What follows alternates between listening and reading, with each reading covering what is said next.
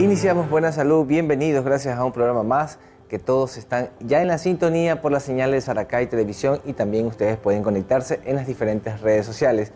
En Facebook nos ven como Saracay Televisión Canal 5 o digitar www.saracaytv.com, así ustedes pueden degustar de esta información importante que tenemos el día de hoy. Y si tienen preguntas, escríbanos al número de contacto al 0988-300-121. Vestimos gracias a Camisería Inglesa. Ellos están en Santo Domingo, ubicados en la avenida Río Lelia, diagonal al Hospital El IES, el teléfono 099-083-6326, y en redes sociales los encuentran como Camisería Inglesa SD en Instagram y Camisería Inglesa Santo Domingo en Facebook. Ya saben que la mejor ropa lo tiene Camisería Inglesa. Ahora sí, iniciamos nuestro programa de hoy. Nos visita el doctor Nefi Jaimes. Él es especialista en ginecología y obstetricia, viene de INNEA, y el tema que vamos a tratar en esta mañana es 3 cosas que toda paciente embarazada debe consultar a su ginecólogo. Bienvenido, doctor, gracias por estar con nosotros. ¿Qué tal, Gabriel? ¿Cómo estás? Un gusto de nuevo estar aquí contigo y con todos ustedes.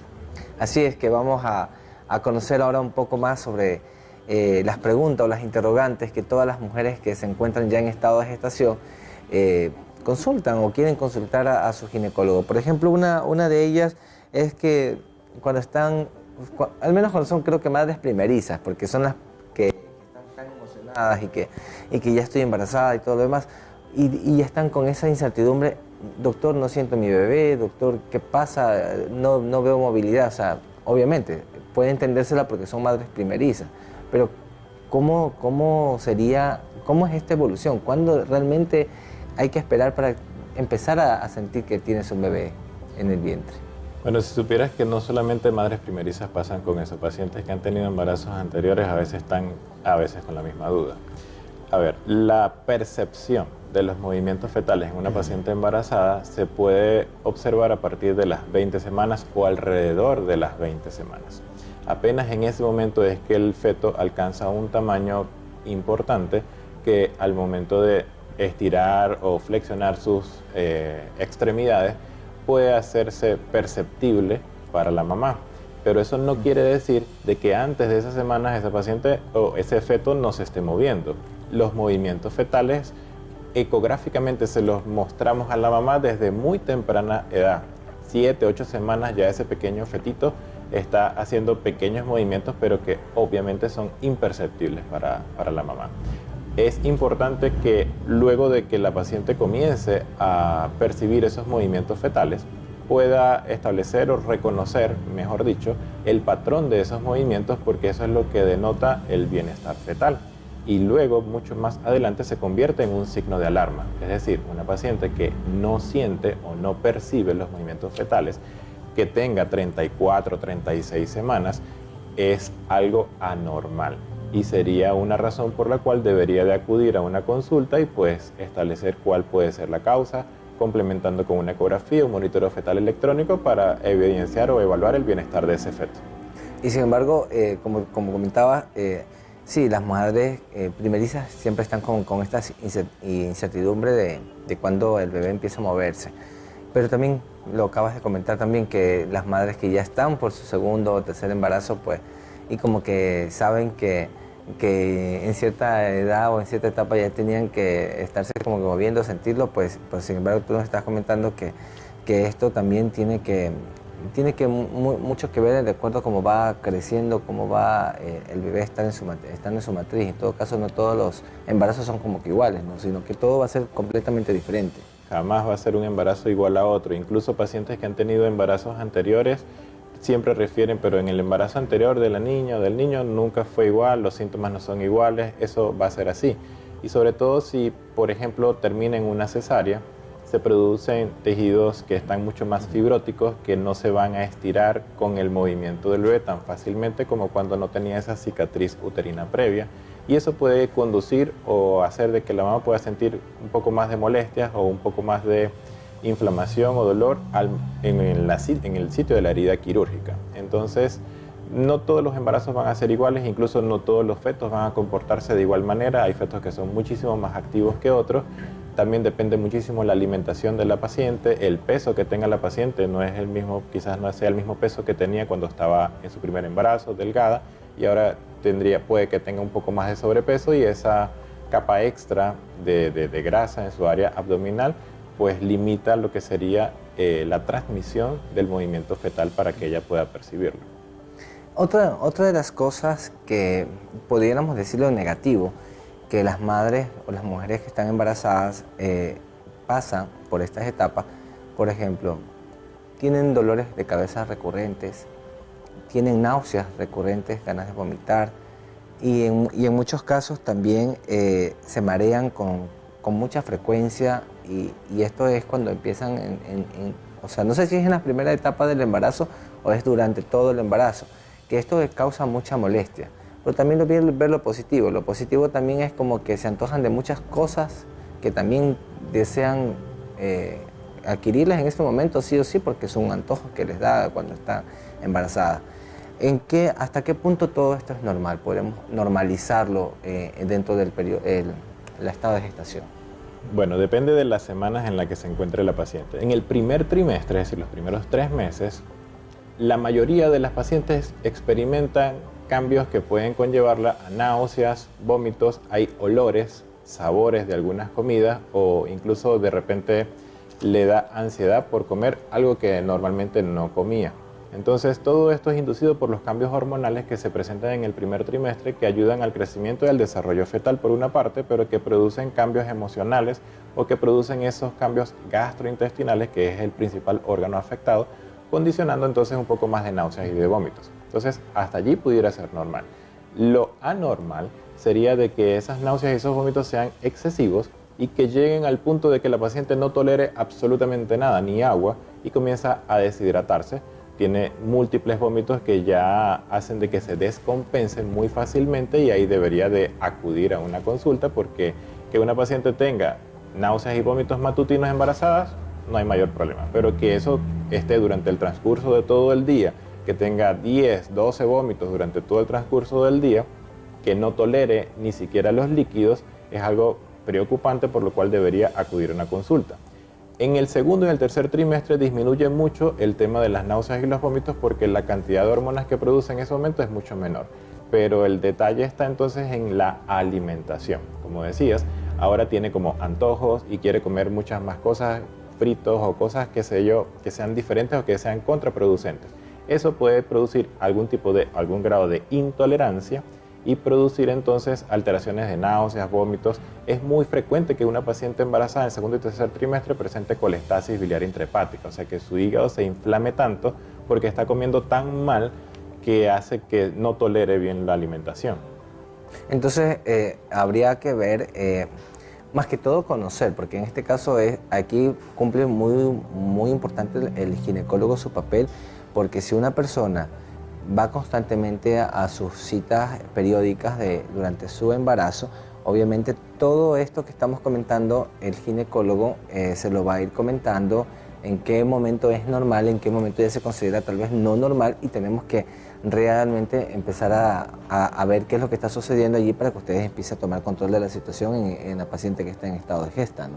Claro, hay que, como siempre, individualizar cada caso y poder decir, entonces, hay una paciente que, por ejemplo, tiene un embarazo de bajo riesgo obstétrico, sus controles periódicos son una vez al mes o quizás hasta un poco más, de 4 a 6 semanas, dependiendo de cómo va la evolución. Pero tenemos a veces embarazos de alto riesgo obstétrico, que existen otro tipo de patologías, trastornos hipertensivos, trastornos del metabolismo de los carbohidratos, diabetes inducida por el embarazo, que pueden conllevar a complicaciones en el desarrollo materno o fetal y que la conclusión del embarazo no sea favorable. Entonces, ese tipo de pacientes necesitan o requieren un control mucho más estricto y que acudan a consultas con una frecuencia que sea mucho menor.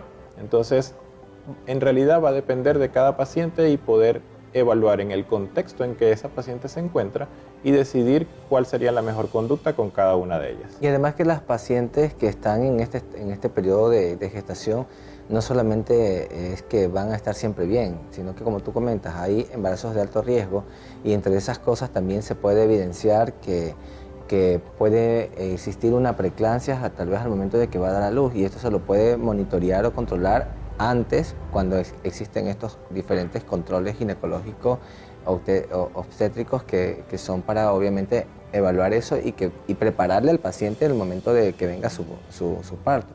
Otras cosas también, por ejemplo, la diabetes gestacional es algo que siempre da en la mayoría de las pacientes, y si no se lo controla o no está en sus controles constantes, pues al final es que van a darse cuenta o van a llegar estas situaciones, y que se van a poder salir de control y va a verse afectada no solamente la salud de la mamá, sino también la salud del bebé.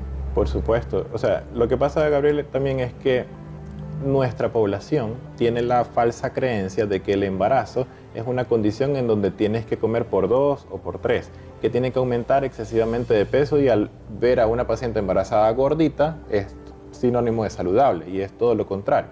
Esa paciente embarazada lo que tiene que hacer es tener una alimentación balanceada y con los mejores nutrientes para poder hacer que ese feto que está creciendo y se está desarrollando obtenga lo mejor de su nutrición para poder tener un óptimo crecimiento y un óptimo desarrollo. Entonces, es una falsa creencia más que todo, y la otra cosa es que no saben reconocer hasta cierto punto cuándo poder detenerse en esos antojos, en esas cosas que quieren comer en exceso y que van a conllevar a que tenga esas patologías inducidas por el embarazo, como la diabetes o la preeclampsia, y lamentablemente ese tipo de patologías o cambios metabólicos van a ser de por vida. A largo plazo, esa paciente que desarrolló diabetes inducida por el embarazo o el trastorno hipertensivo inducido por el embarazo queda diabética o queda hipertensa el resto de su vida. Lo que pasa es que como no hacen controles después de eso, no van a una consulta de manera rutinaria o no vuelves otra vez a hacerte unos exámenes de glucosa, colesterol, triglicéridos, no te das cuenta de que tienes ese trastorno y que tienes que continuar con una alimentación o con cierto tipo de medicación adecuada para evitar de que eso siga deteriorando tu cuerpo a largo plazo. Muy bien. Sí, sin embargo, eso es lo interesante cuando las mujeres van a las consultas ginecológicas. O sea, siempre es importantísimo, al menos con una mujer que se entera que está embarazada, acudir a su primer control, y obviamente ya todos los que periódicamente, cuando son las que son afortunadas, que no son embarazos de alto riesgo, pues pueden ya seguir las sugerencias que da su ginecólogo en ese caso. Y si son de alto riesgo, pues continuar y saber que es para la salud y bienestar de ambos en este caso. Al regresar de la pausa vamos a seguir conversando sobre este tema que es muy interesante, que toda mujer embarazada debe saber cuando se encuentra en este estado. Son preguntas que estamos contestando con nuestro ginecólogo, y una de ellas también que también toda mujer se pregunta es si mi parto va a ser normal o cesárea. Eso también es algo que desde el primer mes creo que ya están ahí, están preguntando a los médicos, pero contestaremos esto al regresar de la pausa. No le cambie, si usted tiene preguntas, escríbanos al número de WhatsApp, al 09-88-300-121. Vamos a la pausa.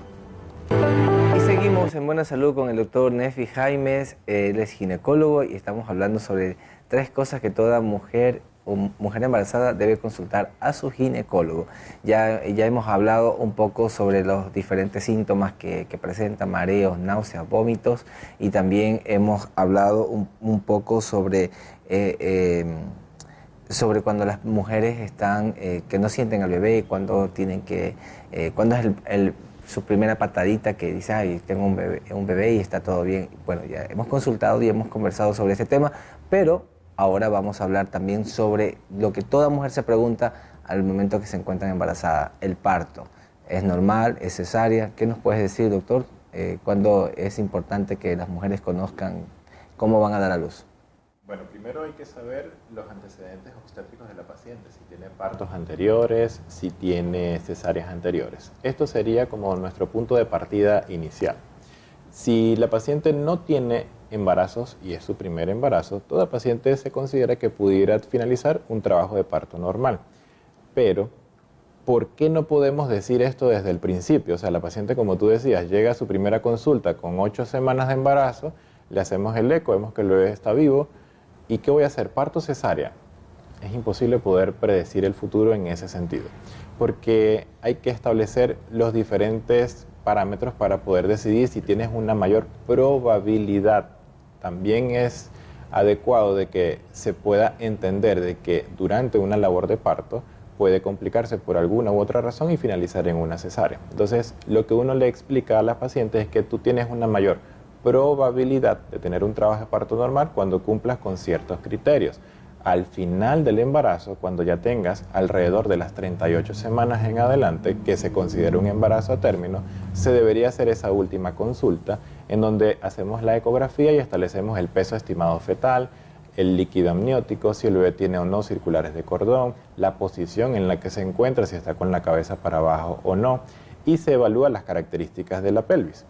Con todos esos parámetros se le explica a la paciente de que tiene una mayor probabilidad de tener una labor de parto y se espera a que ella fisiológica y naturalmente desencadene sus contracciones o alguno de los signos de alarma por los cuales debería acudir, y se le da hasta las 40 semanas.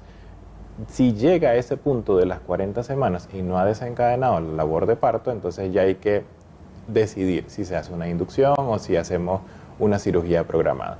Caso contrario, en pacientes que ya tienen cesáreas anteriores, lo más recomendable es que igual finalice en una siguiente cesárea, sobre todo si son 2 cesáreas anteriores, porque hay una mayor probabilidad de que al momento de una labor de parto en una paciente que tenga 2 cesáreas anteriores, se rompa el segmento uterino, se produzcan complicaciones bastante complejas que pueden poner en riesgo la vida de mamá y de bebé.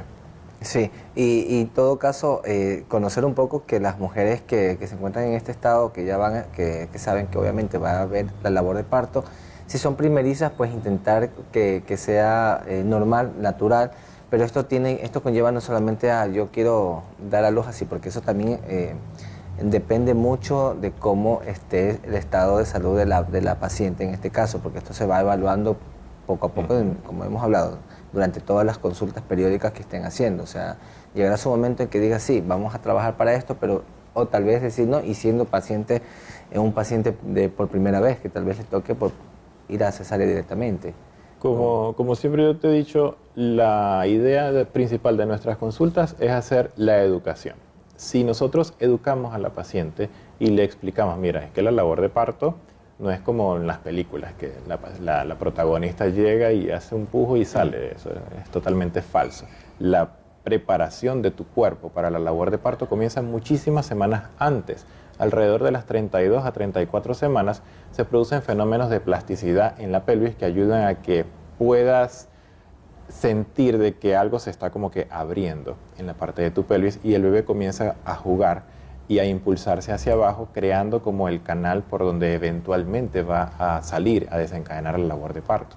Entonces, todo eso conlleva un proceso que dura bastantes semanas previos que ayudan a la preparación materna y fetal para el momento del parto. Entonces, hay que instruir y hay que educar a la paciente para que pueda reconocer esto, reconocer las contracciones falsas de Braxton Hicks, las cuales ayudan a esa preparación, y poder decir hasta qué cierto punto estas pueden ser normales y que ella puede hacer ejercicios de respiración, puede hacer ejercicios de yoga embarazada, puede hacer ejercicios con pelotas aerodinámicas que ayudan a mejorar la fuerza que tienes en los músculos de tu pelvis y de esa manera poder desarrollar quizás un poco más de tolerancia a ese dolor que eventualmente va a ocurrir durante la labor de parto. Pero todo se trata de educar a la paciente y poder saber qué es lo que viene para que no entren en desesperación, ni ella ni sus familiares más cercanos que van a estar acompañándola al momento del parto.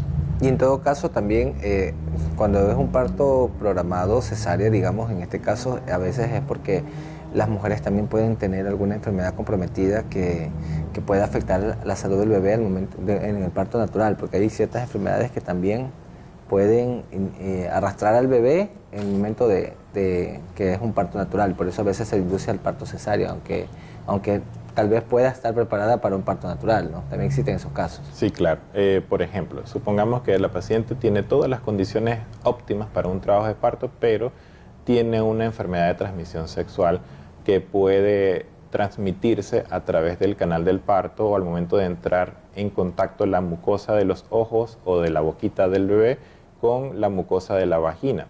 Hay que tomar todos esos factores en cuenta para poder decidir cuál es la mejor vía de resolución de esa paciente. Entonces, no solamente serían los factores que te comentaba del peso y la posición y la característica de la pelvis, sino que existen también patologías o pueden existir antecedentes maternos de importancia, como un accidente que haya tenido la paciente, que haya tenido una fractura de pelvis o alguna alteración, o que sufra de escoliosis o alguna alteración en su estructura anatómica que impida el paso y el desencadenamiento de una labor de parto normal. Por eso todo paciente debe ser individualizado su caso. Muy bien, de verdad que conocer este tema ha sido de mucho agrado para todos, y que sin embargo las mujeres que se encuentran en estado de gestación pues sepan que si tienen estas preguntas, pues hemos respondido de alguna manera lo que nos ha comentado el ginecólogo, y si tienen más preguntas, lo que yo siempre les digo, acudir a su ginecólogo de confianza y acudir a todas sus citas que están periódicamente programadas para en diferentes etapas de este embarazo. O sea, nunca dejemos o ir a una primera consulta y luego ya cuando estamos por dar a luz, pues vamos casi a la última. No, hay que hacerlo de acuerdo a como se nos dé una guía, en este caso el ginecólogo que esté de cabecera con el paciente. Por eso te quiero preguntar, Nefi, también dónde están ubicados ustedes, qué están haciendo. Ustedes supongo que también traen bebés al mundo, o sea, ¿nos puedes comentar un poco? Demasiados bebés, diría yo. Bueno, estamos ubicados en la avenida Quito y Río Lelia, en la Clínica Santa Teresa, al lado de Autolandia. Nuestros números de teléfonos están allí en pantalla, donde pueden ubicarnos. Atendemos de lunes a viernes, de 9 de la mañana a 5 de la tarde, en orden de llegada, así que fácilmente, cuando lo desees, solamente puedes acercarte, preguntas por nosotros, y allí estaremos para servirte. Así que ya saben, si están embarazados, acudir al ginecólogo. En este caso el doctor Nefi está con todo gusto pues para atenderles y darles la mejor guía para que esos bebés vengan hermosos al mundo y que la madre también tenga una muy buena salud. Muchas gracias por estar con nosotros. Gracias a ti por la invitación. Y a los televidentes, ya saben, pues siempre los pueden ver ustedes en todas las redes sociales. En Instagram nos ven como @buenasaludec, en Facebook Saracay Televisión Canal 5, en YouTube Saracay TV o digital www.saracaytv.com. Así que ustedes pueden disfrutar de la programación que tiene el programa. Son temas muy interesantes para las familias, para todas las edades. Y también escribirnos al número de contacto al 0988-300-121 por si desean que algún profesional de salud venga acá o algún tema que de importancia, pues nosotros con gusto lo traemos para usted. Antes de despedirnos, visiten Camisería Inglesa. Ellos están como distribuidores en Santo Domingo, ubicados en la avenida Río Lelia, diagonal al Hospital del IES. Teléfono 0990-836326. En Instagram los ven como Camisería Inglesa SD y en Facebook Camisería Inglesa Santo Domingo. Ya saben que la mejor ropa lo tiene Camisería Inglesa, y los dejo con la mejor compañía. Sigan en la sintonía por la señal de Saracay Televisión.